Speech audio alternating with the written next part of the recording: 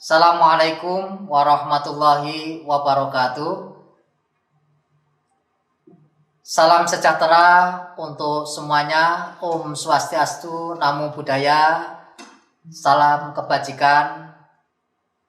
Kepada yang terhormat Kepala Dinas Pendidikan Kota Salatiga, Ibu Zuni Ambarwati Sarjana Hukum. Yang saya banggakan, anak-anakku ini yang sedang mengikuti masa pengenalan lingkungan sekolah atau MPLS tahun ajaran 2021-2022 untuk SD, SMP sekota Salatiga.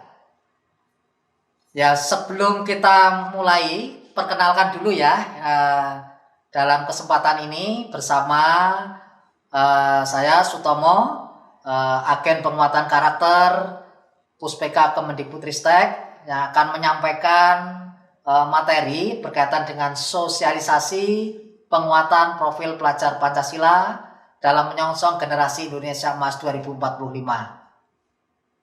Oke anak-anakku, ini sebelum kita lanjutkan materi, maka kita yel-yel dulu ya. Jadi yel-yelnya biar semangat, imunnya kuat dan sehat. Jangan dikira di rumah tidak semangat, ya di rumah harus semangat. Maka ikuti gerakan Pak Tomo ini. Ayo, kalau Pak Tomo bilang siapa kita? Indonesia. Siapa kita? Pelajar Pancasila. Salam cerdas berkarakter. Oke. Ini yel-yelnya ya. Ini harus kalau belum hafal nanti diulang-ulang. Siapa kita? Indonesia. Siapa kita? Pelajar Pancasila. Siapa kita? Pelajar Pancasila. Salam cerdas berkarakter. Nah, itu nanti bisa menjadi motivasi kita untuk mengingat profil pelajar Pancasila dengan yel-yelnya yang Pak Tomo sampaikan. Oke, kita akan belajar bersama berkaitan dengan apa itu profil pelajar Pancasila. Nah, ini anak-anakku, peserta daring MPLS SD dan SMP sekota Salatiga. Kita bersama yuk, pentingnya profil pelajar Pancasila. Nah, ini ada 6 karakter profil pelajar Pancasila. Yang pertama yaitu beriman, bertakwa kepada Tuhan Yang Maha Esa dan berakhlak mulia. Yang kedua berkebinekaan global. Ketiga bergotong royong. Yang keempat kreatif. Kelima bernalar kritis. Dan yang terakhir keenam mandiri. Nah, dari 6 karakter ini tentunya kita semangat untuk mempraktekkan ya, untuk mengimplementasikan dalam kehidupan kita sehari-hari. Oke, selanjutnya anak-anakku, mari kita cermati bersama bagaimana yang pertama tadi, beriman bertakwa kepada Tuhan Yang Maha Esa dan berakhlak mulia. Nah, tentunya mari kita pahami bersama. Pelajar Indonesia yang berakhlak mulia adalah pelajar yang berakhlak dalam hubungannya dengan Tuhan Yang Maha Esa. Ia memahami ajaran agama dan kepercayaannya serta menerapkan pemahaman tersebut dalam kehidupan sehari-hari. Jadi elemen kuncinya bagaimana kita mewujudkan akhlak beragama, akhlak pribadi, akhlak kepada manusia, akhlak kepada alam, dan tentunya bagaimana kita berakhlak pada negara. Nah, selanjutnya, kita akan sampaikan contoh-contoh ini anak-anakku ya. Contoh-contoh bagaimana kita menjalankan beriman bertakwa kepada Tuhan Yang Maha Esa dan berakhlak mulia. Ini tentunya dalam kita beragama di Indonesia ini majmuk ya agamanya. Tentunya kita harus saling menghargai, saling menghormati dalam menjalankan, melaksanakan ibadah dalam kehidupan bermasyarakat. Kita punya keyakinan, kita punya agama masing-masing dan kita harus saling menghormati dan menghargai. Ya, next selanjutnya. Ini berkebinekaan global ya. Tentunya ini kita gali apa itu berkebinekaan global. Pelajar Indonesia mempertahankan budaya luhur, lokalitas dan identitasnya, dan tetap berpikiran terbuka dalam berinteraksi dengan budaya lain, sehingga menumbuhkan rasa saling menghargai dan kemungkinan terbentuknya budaya baru yang positif dan tidak bertentangan dengan budaya luhur bangsa kita. Nah, yang perlu kita cermati anak-anakku ya semuanya, elemen kunci berkebinekaan global ini, yang pertama mengenal dan menghargai budaya. Banyak budaya kita yang ragam budaya yang kita dapatkan untuk di negara Indonesia ini. Tentunya kaya budaya inilah yang menjadi ciri khas bangsa Indonesia. Nah, kemampuan berkomunikasi interkultural dalam berinteraksi dengan sesama, tentunya ini kita butuhkan karena kita tidak bisa hidup sendiri. Tapi bagaimana kita berhidup sosial ya, bagaimana kita membangun komunikasi dengan baik dengan sesama. Yang ketiga itu refleksi dan tanggung jawab terhadap pengalaman kebinekaan. Nah, tentunya tidak diragukan lagi bahwa Indonesia inilah ragam kebinekaan, dan tentunya mari kita jaga kebinekaan ini menjadi sebuah kekayaan bangsa Indonesia yang terus kita jaga bersama. Selanjutnya, nah ini contoh anak-anakku ya, praktek dalam berkebinekaan global ini. Banyak contoh ini, meskipun contoh terbatas, menjadi inspirasi bagi anak-anakku semuanya. Bagaimana tari di Indonesia itu juga luar biasa banyaknya. Nah, untuk mengamalkan nilai-nilai Pancasila ini bisa kita wujudkan dalam bentuk film pendek, dalam bentuk twibbon, dalam bentuk karya-karya yang lain. Tentunya inilah yang akan menjadi motivasi kita dalam terus menjaga atau melestarikan budaya di Indonesia. Nah, yang ketiga, karakter gotong royong. Nah, ini sudah sejak kecil ya, sejak kecil Pak Tomo sudah mengenal ini ya, bagaimana mempraktekkan gotong royong itu ya. Pelajar Indonesia harus memiliki kemampuan gotong royong ya. Ini baik di rumah, terutama yang saat ini pandemi ya anak-anakku ya. Pandemi ini tidak menghalangi kita untuk bagaimana mendukung keluarga kita, lingkungan kita dalam melakukan gotong royong. Nah, bentuk gotong royongnya ini macam-macam, apalagi di pandemi ini harus hati-hati ya.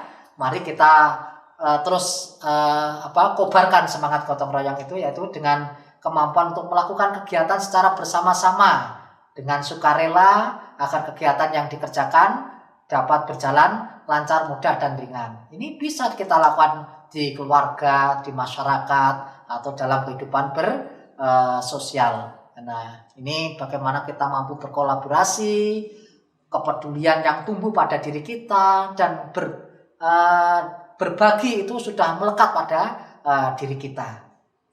Nah, ini kita memang jelas ya, tidak bisa hidup sendiri, tidak bisa hidup ya seorang diri, tapi kita adalah makhluk sosial. Kita harus mampu melakukan ya, beradaptasi, berkolaborasi dengan sesama teman-teman kita atau saudara-saudara kita.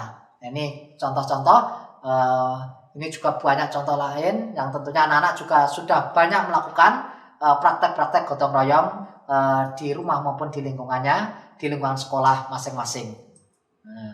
Selanjutnya anak-anakku, mandiri. Nah, ini sebuah karakter yang harus kita tanamkan pada diri kita.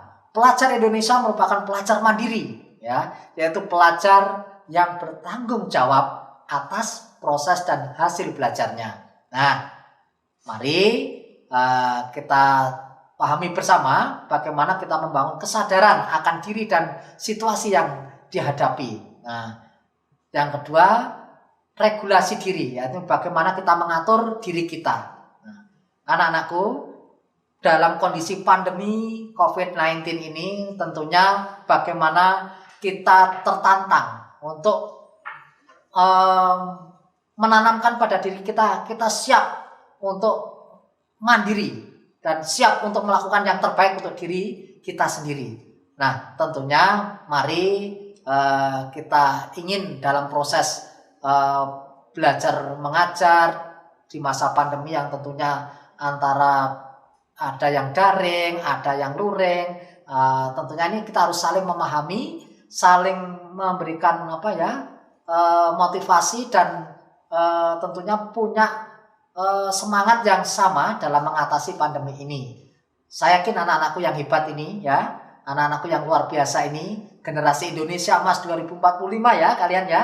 Insya Allah kalian adalah sosok yang mandiri dan siap menghadapi situasi kondisi yang saat ini tentunya kita hadapi pandemi saat ini. Ya, silahkan ini.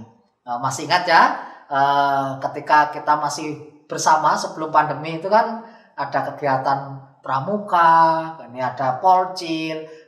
Itu kalau saat pandemi sekarang ya pada sendiri itu, ya.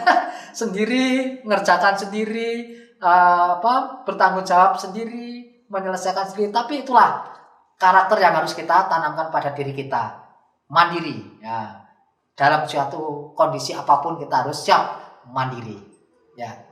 Nih selanjutnya yang kelima anak-anakku, bernalar kritis. Nah, bernalar kritis. Nah, tentunya pelajar yang bernalar kritis ini mampu secara objektif memproses informasi baik kualitatif maupun kuantitatif. Ini membangun keterkaitan antara berbagai informasi, menganalisis informasi, mengevaluasi dan menyimpulkannya.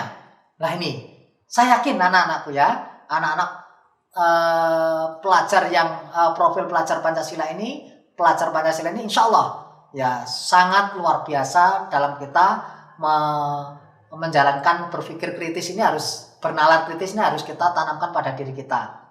Ya diantaranya bagaimana memperoleh dan memproses informasi dan gagasan. Nah tentunya ini anak-anakku tantangan kita saat ini. Teknologi adalah luar biasa saat ini. Menguasai di era teknologi ini, menguasai kita semuanya. Ya, dengan teknologi ini semuanya serba cepat, semuanya serba ya bisa kita lihat, bisa kita rasakan dalam mengikuti perkembangan teknologi ini. Tapi mari kita betul-betul bagaimana mampu menganalisis dan mengevaluasi penalaran secara kritis. Nah ini kemudian inilah contoh anak-anakku bagaimana bernalar kritis ini ya dimanapun meskipun daring itu bisa kita amati, tetap semangat anak-anak bertanya dengan Pak Mendikbud ya, dengan dimanapun kita bisa melaksanakan itu. Ada siswa juga bertanya pada Pak Wali Kota ya, bertanya pada Bapak Ibu Guru, bertanya kepada turis itu dengan keyakinan, dengan penuh semangat. Nah, itulah contoh-contoh bernalar kritis kita harus terus kembangkan pada diri kita. Nah, terakhir anakku, kreatif ini ya. Nah, saya yakin anak-anak semuanya adalah anak-anak yang hebat, luar biasa, kreatif. Nah, mari kita bersama-sama pelajar yang kreatif mampu memodifikasi dan menghasilkan sesuatu yang orisinil. Nah, saya yakin anak-anakku yang luar biasa ini mampu untuk menciptakan sesuatu yang positif, yang tentu punya makna, bermanfaat dan berdampak. Nah, ingat, kalian adalah generasi Indonesia Emas 2045. Tentunya dari sejak dini, sekarang ini, saat inilah kalian mempersiapkan diri bagaimana menghasilkan gagasan yang orisinil, ya, menghasilkan karya, tindakan yang orisinil. Oke. Jangan lupa ya, banyak bertanya, banyak karya, ya, banyak mencoba. Ya ini harus terus kita kembangkan anak-anakku. Jangan takut salah. Tapi mari kita terus mencoba dan mencoba. Insya Allah kalian akan menghasilkan sebuah karya yang tentunya akan bermanfaat dan berdampak pada bangsa kita ke depan. Nah, seperti ini anak-anakku. Nah, kemarin di masa pandemi menghasilkan hasil karya membuat pesawat, nah, kemudian membuat film, membuat karya-karya yang lain. Nah, next selanjutnya, nah seperti ini. Nah, ada membatik di rumah, kemudian berkarya, ya semuanya ini semua yang kita lakukan ini dalam upaya bagaimana kita mampu menghasilkan karya yang terbaik dan tentunya memberikan motivasi bagi kita untuk selanjutnya menjadi sebuah karya monumental untuk bangsa kita tercinta ini. Ya. Nah, anak-anakku semuanya, peserta MPLS SD SMP sekota Salatiga, tentunya Pak Tomo selaku agen penguatan karakter Puspeka Kemendikbudristek dari Jawa Tengah dan dari Salatiga yang mengajak kepada semuanya ya bisa mengkampanyekan profil pelajar Pancasila dengan aksi dan karya. Ya tadi yang sudah Pak Tomo sampaikan di awal, tentunya inilah bisa melalui Twibbon, bisa melalui karya-karya yang lain, ya, bisa melalui tulisan. Ya, mari Pak Tomo mengajak semuanya, mengajak anak-anakku yang hebat dan luar biasa, SD dan SMP di Kota Salatiga untuk semangat mengkampanyekan profil pelajar Pancasila dengan aksi dan karya. Ini Ibu Kadinas juga dengan memberikan contoh, ya, Twibbonnya semangat. Insya Allah ini yang bisa saya sampaikan anakku. Nanti suatu saat kita akan terus tiada henti mengkampanyekan profil pelajar Pancasila kepada seluruh siswa, masyarakat, dan jajaran pemerintah untuk Kota Salatiga untuk semuanya.